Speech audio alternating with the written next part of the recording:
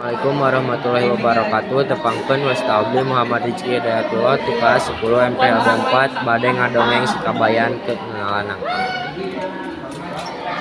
Dina hiji mangsa sikabayan keur leleson bari jeung ngalamun di hareupeun rorompokna.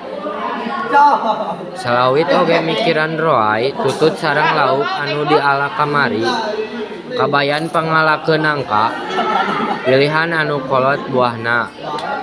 Parentah mitohana ka sikabayan. Juga sikabayan mangkat ka kebon.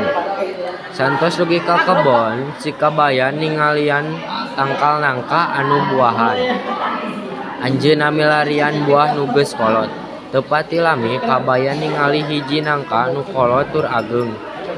Teras we diala kusabab eta nangka teh ageung, kabayan teu kuateun ngangkatna. Ceuk sikabayan, ieu mah hese nyandakna moal kaduga abdi mah. Kabayan nyarios dina hatena. Kumaha cara nyandak ieu teh saur deui. Kusabab kebon teu pati jauh sareng walungan, eta nangka dipalidkeun ku sikabayan. Jung balik ti payun, pan geus gede parentah kabayan ka nangka, tuluy we sikabayan balik ka imah. Barang nepi ka imah sikabayan ditaros ku mitohana. Kenging teu nangka teh kabayan, ceuk mertuana.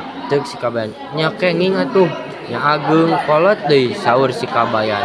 Ceuk mana nangkana, geuning anjeun datang lengoh. Ceuk sikabayan, naha teu acan dugi kitu, padahal geus balik ti payun tadi tembal sikabayan. Ceuk mana ari anjeun tong bobodoran teu aya caritana nangka bisa balik sorangan.